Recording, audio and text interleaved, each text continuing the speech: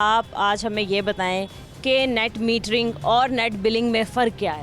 دیکھیں جی، net metering policy حکومت کی طرف سے جو ہے وہ 2015 میں متعارف کروائی گئی تھی، اور اگر اس کی میں بیک گراؤنڈ آپ کو بتاؤں تو 2015 سے 2024 تک نیٹ میٹرنگ کے پورے ملک میں جو صارفین تھے وہ 1,57,000 سے زائد تھے.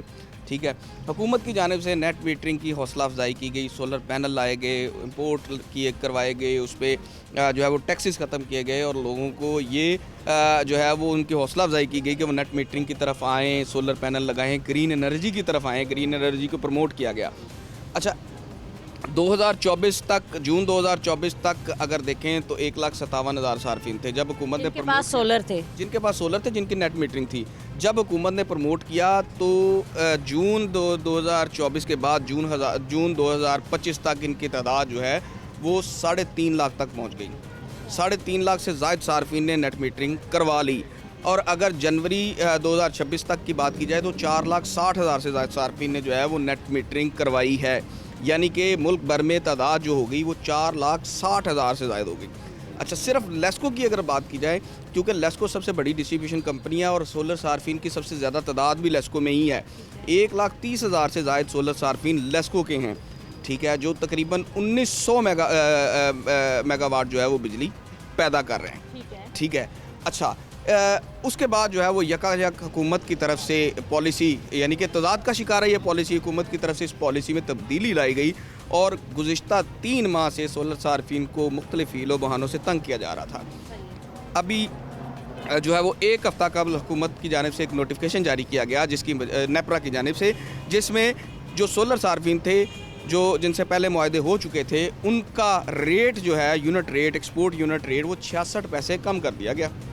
ایک ہفتے بعد ہی جو ہے وہ نئی نیٹ میٹرنگ پالیسی متعارف کروا دی گئی، اس کا نیپرا نے نوٹیفیکیشن جاری کر دیا. اب نیٹ میٹرنگ پالیسی کیا تھی؟ نیٹ میٹرنگ پالیسی کے ذریعے صارف اپنی جو ہے وہ سولر سسٹم سے بجلی بناتا تھا اور اس کو لیسکو کو یا کسی بھی ڈسٹریبیوشن کمپنی کو ایکسپورٹ کرتا تھا. اچھا، اور جتنے یونٹ ایکسپورٹ کرتا تھا، شام کے ٹائم وہ جتنے یونٹ استعمال کرتا تھا وہ یونٹ کا یونٹ سے تبادلہ ہو جاتا تھا اور صارف کا بل زیرو آ جاتا تھا. ٹھیک ہے سر، ایسا ہی ہوگا اب؟ نہیں، اب جو نیا سسٹم نیٹ بلنگ آیا ہے اس کے مطابق یونٹ سے یونٹ کا تبادلہ ختم ہو گیا. جو ایکسپورٹ یونٹ ہیں، جو پرانے صارفین ہیں، ان کو صرف یہ فائدہ ہے کہ ان کے یونٹ کا ریٹ، ایکسپورٹ یونٹ کا ریٹ 25 روپے 32 پیسے ہے.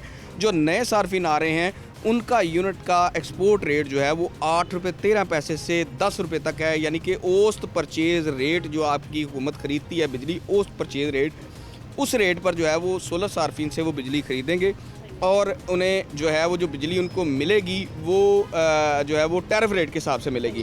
ٹیرف ریٹ کیا ہے؟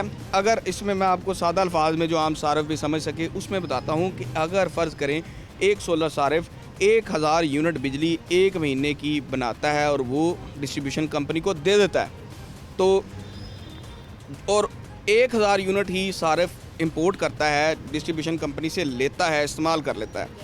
جو امپورٹ یونٹ ہیں ان کی تقریباً جو ان کا اگر حساب لگایا جائے تو ہر چیز ملا کے، ٹیکسز وغیرہ ملا کے، ان کا ریٹ تقریباً 60 روپے بنے گا. یعنی کہ اس کا بل آئے گا 60,000 روپے.